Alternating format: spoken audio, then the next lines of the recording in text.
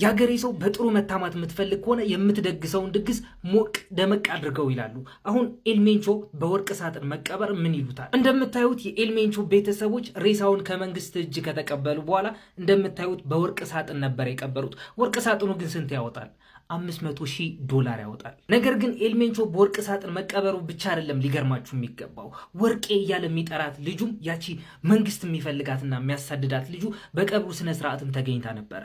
ግን ማንም ሰው አላሰራትም። ወደ ቀብር ስነ ስርዓቱም ቀጭ እያለች ስትገባ እዛ የነበረ ሰውም አስገደለችን ይችልች። ስሟም ላይሻ ሚሼል ኦሴጉዌራ ትባላለች። ነገር ግን መንግስት በምን ምክንያት ነበር የሚፈልጋት? አሁን እዚህ ፓርት ላይ ልብ ብላችሁ እንድታደምጡ ይፈልጋሉ። ኤልሜንቾ የሚመራው ሲጄኤንጂ የተባለ የካርቴል ቡድን ከመንግስት ጸጥታ አካላት ግጭት ውስጥ ገብቶ በነበረ ሰዓት ላይሻ ከባለቤቷ ጋር በመሆን የባህር ኃይል ወታደሮች አድርጋ ስለነበረ ነው። አረ እንደዚህ ማድረግ ብቻም አይደለም፣ የት እንዳስገባቻቸውም አይታወቅም፣ ሬሳቸውም አልተገኘም። ምናልባት እሷ እንድትታሰር ፍርድ ቤት ትዕዛዝ አላወጣም ማለት ነው እንጂ ወደ ቀብር ስነ ስርዓቱ እንደ ልቧ ስትወጣና ስትገባ ነበር የዋለችው። በካርቴል ባህል ውስጥ አንድ ኃላፊ ሲሞት እንደምታዩት ቅንጡ በሆነ መልኩ የወርቅ ሬሳ ሳጥን ተደርጎ የሚቀበረው ከዋጋው ይልቅ መልእክቱ ላይ ትኩረት እንድታደርጉ ስለሚፈለግ ነው። የቀብር ስነ ስርዓቶች የሀዘን መግለጫ ሳይሆኑ የቀጣይነት ማሳያ መድረኮችም ናቸው። ሀብታችን አልተወረሰም፣ ታማኝነታችን እንደ ጸና ነው፣ መዋቅራችንም አይፈርስም ማለት ነው።